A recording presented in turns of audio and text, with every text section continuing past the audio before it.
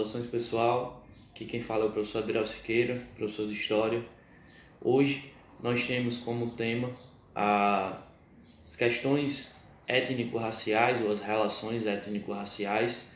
Esse tema que durante um bom tempo aparecia de maneira bastante significativa e quantitativa dentro das provas do Enem e que não necessariamente aparece ali como um conteúdo esquematizado.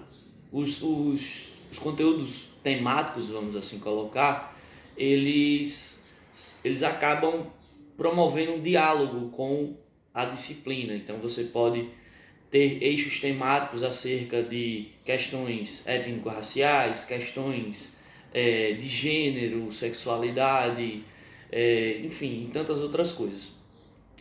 Em relação às questões étnico-raciais dentro do conteúdo de história, alguns pontos não podem deixar, de ser citados numa breve aula como essa aqui de 10 minutos, como vocês já estão acostumados. Uma das primeiras questões é o conceito de eurocentrismo.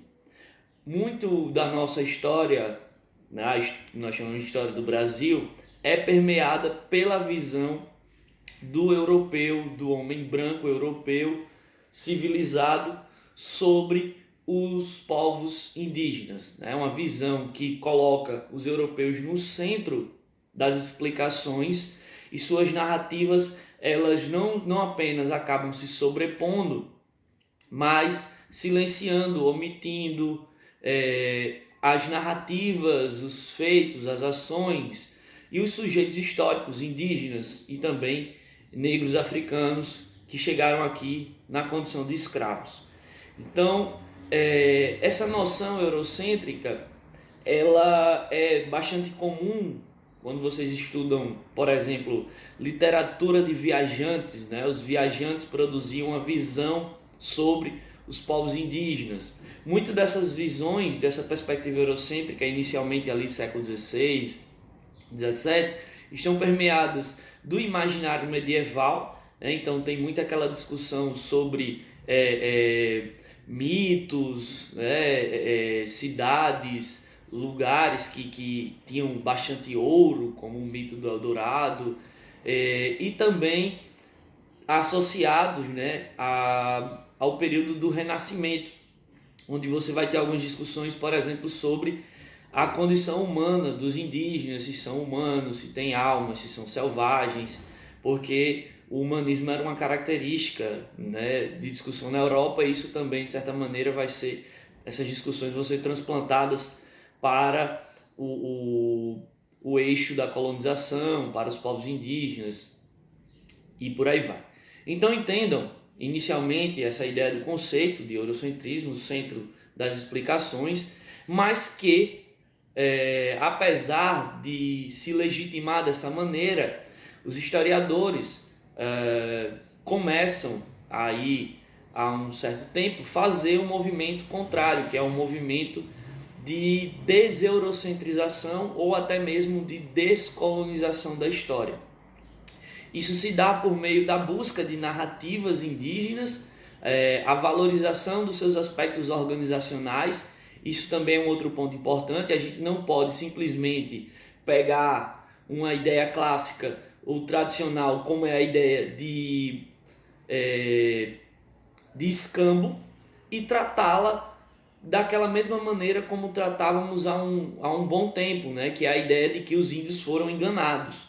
O escambo, dentro de uma perspectiva deseurocêntrica ou deseurocentrizante, traz a ideia de que o escambo ele é uma troca simbólica.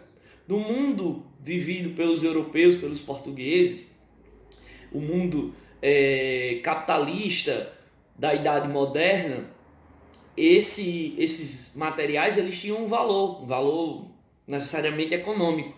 Para os povos indígenas, esse valor não é econômico, porque não faz parte da formação deles esse arcabouço, que tudo relativiza com a questão do lucro. Então, são perspectivas que vocês podem se utilizar, aqui eu estou apenas dando um exemplo acerca da questão do escambo, mas é uma perspectiva que vocês podem se utilizar como um instrumento, caso alguma questão apareça aí dessa maneira. Então, nós temos esse ponto da deseurocentrização e do eurocentrismo, a busca pelos historiadores, né, de novas narrativas, até mesmo pelas narrativas dos viajantes ou dos colonizadores, perceber como é que isso traz ali também características de resistência, características de interesse, de diálogos, né? Porque a colonização é um projeto de hierarquização, mas isso não quer dizer que não existe a resistência, tanto na história indígena quanto na história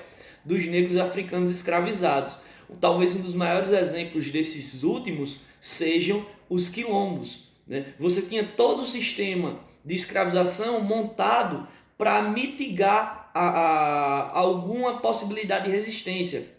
Por exemplo, trazer escravos de localidades diferentes da África que não tinham a mesma língua, e aí isso acabava dificultando a sua articulação. Porém, mesmo com isso, né, mesmo com essa distinção, há fortes resistências, não só no período colonial, mas também nós vamos ver ao longo da história do Brasil que outros levantes negros acontecerão na história. A Revolta dos Malês, por exemplo, em 1835, que tem uma característica religiosa e racial, né?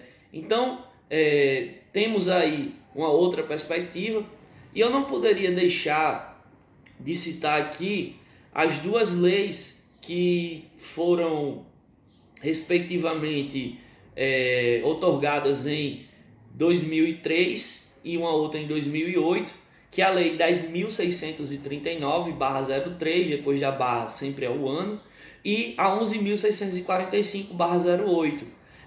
A 10.639 trouxe ali a necessidade, a obrigatoriedade do estudo da história e da cultura africana e afro-brasileira.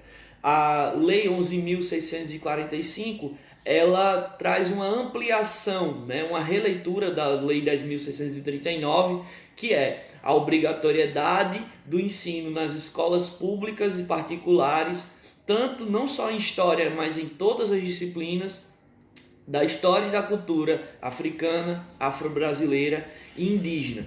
Essa obrigatoriedade, essa lei, ela é importante não apenas para entendermos, né, e que esse material, esse conteúdo, esses temas apareçam nos livros de história, nos livros de sociologia, nos livros de filosofia, mas também explicam muito do que é a nossa sociedade. Nós temos não só anos e anos de escravização, mas também nós temos leis, né, que legalizaram os movimentos de escravização. Se vocês pegarem um exemplo, até 1850, o tráfico de escravos estava a todo vapor, o tráfico transatlântico de escravos estava a todo vapor. Em 1850, esse tráfico, por lei, ele deixou de ser legal. O Segundo Reinado teve que tomar uma atitude de buscar outros afazeres, vamos dizer assim, com essa renda, e aí isso provocou uma reestruturação na sociedade, mas a escravização, né, a escravidão, o regime de escravidão no Brasil só vai acabar lá em 1888. Então, assim, estudar esses conteúdos, estudar essa temática é uma tentativa, e pesquisar também, é uma tentativa de narrar a história indígena e a história dos negros africanos ou afro-brasileiros pela perspectiva deles, né? Trazendo ideais de resistência, trazendo ideais de articulações, de diálogo, e não como unicamente seres passivos.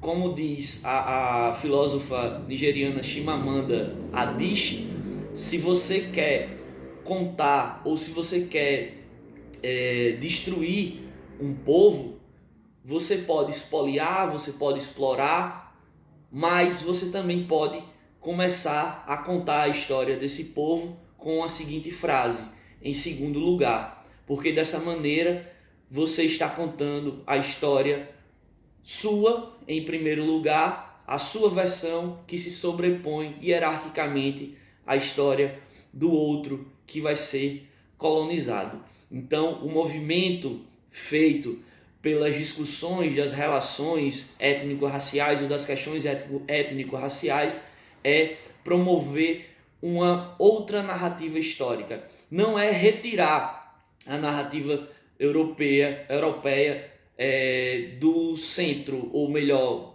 do conjunto de narrativas. A ideia é que a narrativa europeia se some à narrativa indígena, à narrativa dos negros, afro-brasileiros e africanos. Então é isso, pessoal. Espero que vocês tenham compreendido um pouco. Espero que vocês possam também trazer questionamentos acerca dessa temática, e o material vai ser enviado para vocês. Qualquer dúvida, estaremos lá no grupo para tirar dúvidas, e contem conosco até a prova, né, o objetivo maior, que é a prova do Enem. Grande abraço, tchau, tchau.